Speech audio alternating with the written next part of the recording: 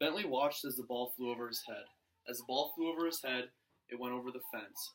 He looked over at his brothers and sisters to find out if it was okay for him to go. But without a warning, he sprinted towards the fence and began to dig a hole, as West Highland Terriers are known for. He raced as he got under the hole. He raced towards the ball in the direction that it went. He began running and began running, but he could not find the ball, so he just kept looking because he didn't want to come back empty-handed and he wanted to be the hero. He kept running, but as it came to an end, he thought to himself, he got very tired and thought to himself, could the ball have really gone this far? As the sky got dark, he dug a hole for a reference spot.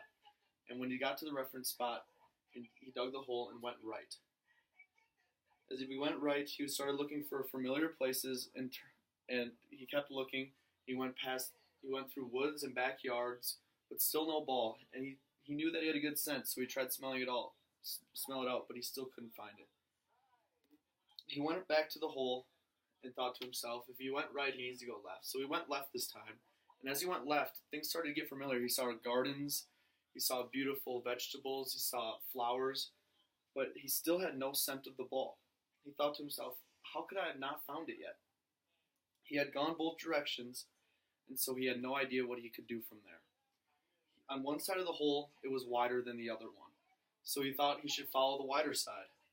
And as he followed the wider side, he discovered it started to get darker and colder, and by that time, it was pitch black and it was raining.